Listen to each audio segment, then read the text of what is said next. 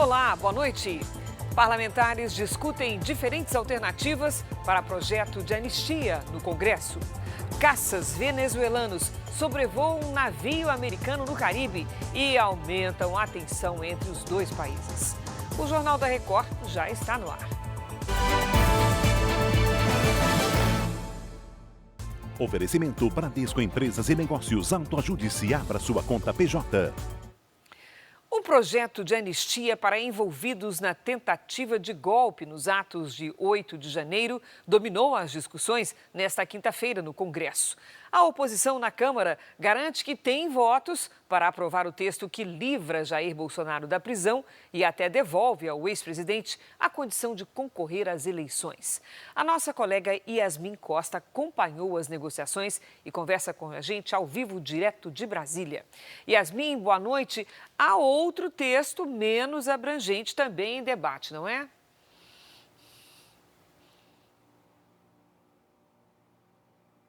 É isso, Cris. Boa noite para você também. O presidente do Senado, Davi Alcolumbre, está articulando um texto paralelo ao que tramita na Câmara dos Deputados. E essa articulação pode atropelar a proposta que tramita na Câmara. Nos bastidores, os parlamentares afirmam que o presidente do Senado construiu um texto que tem o apoio do governo e até do Supremo Tribunal Federal.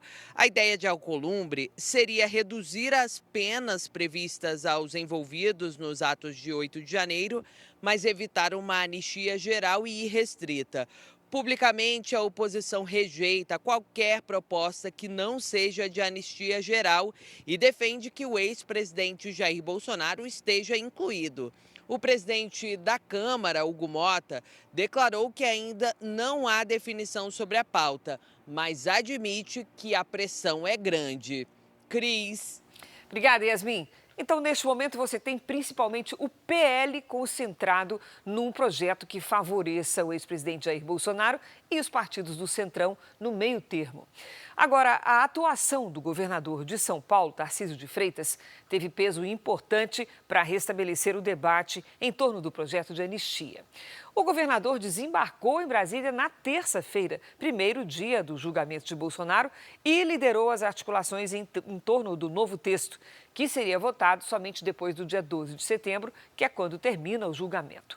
Tarcísio continuou nas conversas políticas com a cúpula do Congresso também na quarta, em busca de um amplo acordo político.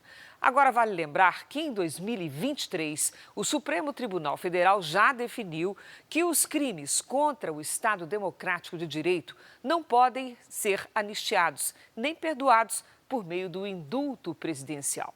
A jurisprudência foi firmada quando o Supremo julgou o recurso contra o indulto concedido por Bolsonaro a Daniel Silveira. O perdão presidencial, neste caso, foi considerado inconstitucional e o então deputado federal continuou preso por determinação do STF. No último dia da comitiva de empresários nos Estados Unidos, representantes da indústria brasileira se reuniram com autoridades do comércio. Liderados pela Confederação Nacional da Indústria, os empresários brasileiros encerram a agenda em Washington, cientes de que a resolução do tarifaço passa por questões políticas. O que nós saímos mais realistas e mais confiantes é que mostraram que tem disposição para se discutir a parte comercial, a parte técnica. O presidente da CNI afirmou também que o vice-chanceler americano, Christopher Landau, espera uma ligação do vice-presidente do Brasil e ministro da Indústria e Comércio, Geraldo Alckmin. Estaria disposto para conversar e que a tônica da conversa tinha que ser a situação política. Os empresários apresentaram aos americanos oportunidades de ampliação do comércio entre os países. Entre as sugestões estão a construção de data centers operados por energia renovável, o fornecimento de terras raras e minerais críticos e a liderança conjunta do mercado global de etanol. Para o ex-diretor-geral da Organização Mundial de Comércio, as questões políticas não podem paralisar as negociações técnicas. O potencial é extraordinário, é muito grande, é estratégico até, não apenas para os Estados Unidos e para o Brasil também. O imobilismo seguramente não vai nos levar a lugar nenhum. O deputado Eduardo Bolsonaro disse que se colocou à disposição dos empresários para dialogar. O filho do ex-presidente, Jair Bolsonaro, defendeu que os esforços para a redução das tarifas ocorram em Brasília. Está muito claro que não é uma questão comercial. Então o Brasil tem um problema institucional e político que não vai ser resolvido apenas pelo aspecto comercial. A minha humilde sugestão é que o primeiro passo para ser dado nesse sentido é a votação de uma lei de anistia. As exportações do Brasil para os Estados Unidos caíram mais de 18% em agosto. Então vamos ver aqui no nosso telão.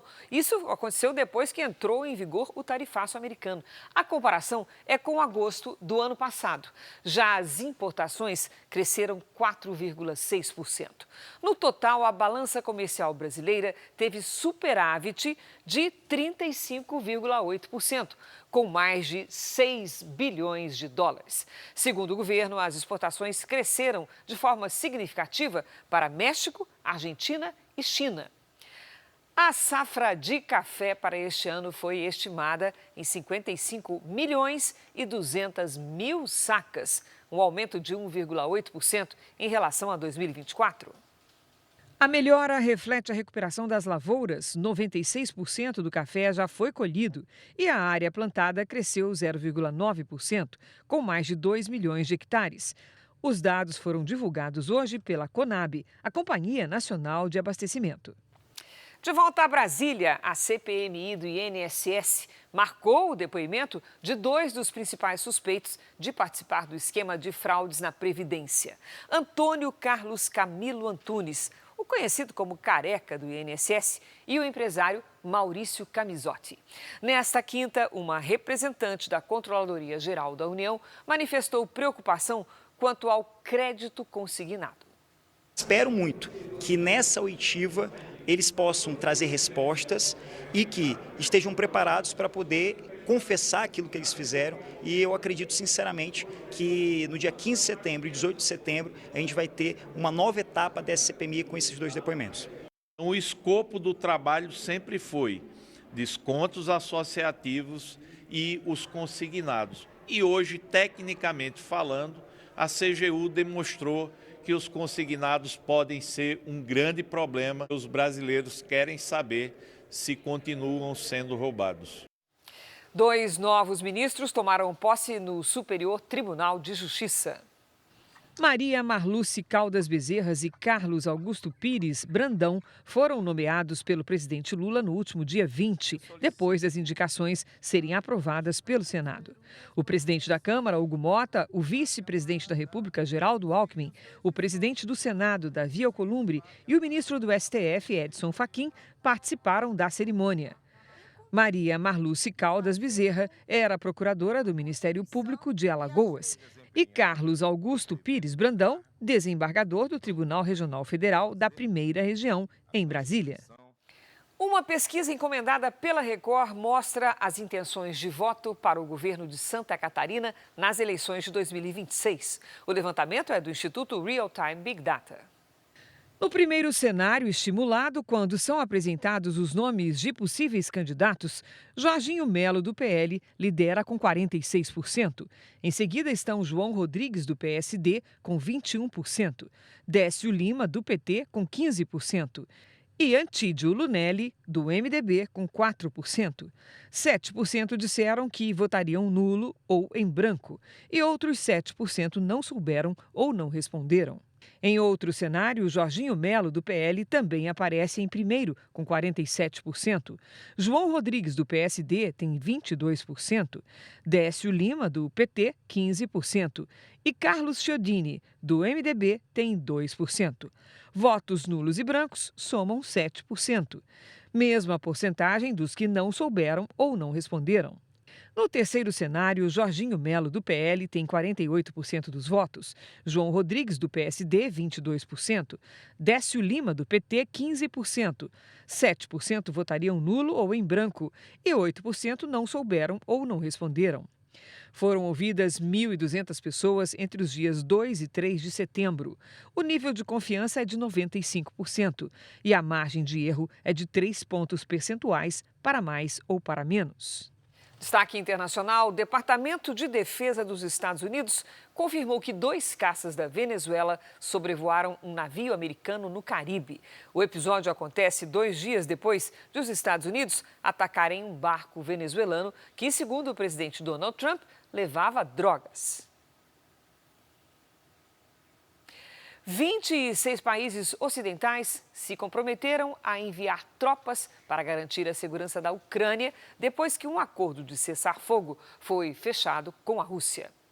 O anúncio foi feito pelo presidente francês Emmanuel Macron depois de um encontro com o presidente ucraniano e outros chefes de Estado em Paris. Volodymyr Zelensky destacou a preparação de um novo pacote de sanções contra a Rússia. O presidente americano Donald Trump falou com os líderes por telefone. Uma investigação revelou que um ataque hacker da China pode ter roubado dados de cidadãos americanos. O ataque é considerado o maior da história envolvendo a China e, segundo especialistas, o mais bem-sucedido. A operação criminosa, chamada de Salt Typhoon, tufão de sal em português, teve acesso a informações confidenciais em mais de 80 países, especialmente os Estados Unidos. A ação, que durou 2 anos, foi descoberta por investigadores americanos e de países aliados, como Reino Unido, Alemanha e Japão. Segundo as autoridades, os hackers chineses invadiram redes de telecomunicações, serviços do governo, de transportes, além de redes de hospedagem e infraestrutura militar. O grupo usou falhas em roteadores e sistemas de dados para ter acesso a redes e dispositivos. 3 empresas chinesas teriam apoiado a operação. Ex-agentes da CIA, a agência de inteligência dos Estados Unidos, que participaram das investigações, acreditam que todos os cidadãos americanos tiveram algum dado roubado pelos hackers, o que inclui até autoridades do governo, como o presidente Donald Trump e o vice J.D. Vance. Especialistas alertam que o grupo continua ativo e representa uma ameaça global à segurança digital. O governo chinês não comentou as acusações.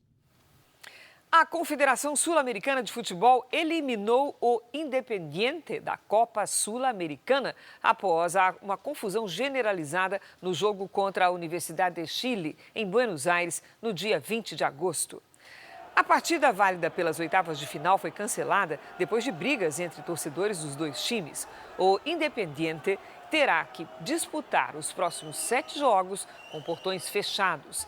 A Universidade de Chile foi classificada para as quartas de final da competição. E o Brasil venceu o último jogo em casa nas eliminatórias da Copa do Mundo. Então vamos com o Jean Brandão, que traz as informações. Boa noite, Jean. Boa noite, Cris. Já garantido na Copa do Mundo do ano que vem, o Brasil venceu o Chile por 3-0. O jovem Estevão, de costas para o gol, fez o primeiro da seleção e primeiro dele com a amarelinha. Lucas Paquetá ampliou de cabeça. Depois da bola na trave, Bruno Guimarães fechou o placar no Maracanã. Vice-líder, a seleção brasileira encerra a participação nas eliminatórias na terça-feira contra a Bolívia. Cris. Obrigada, Jean. E este foi o Jornal da Record. Você fica agora com Fala que eu te escuto. Boa noite, boa sexta-feira para você.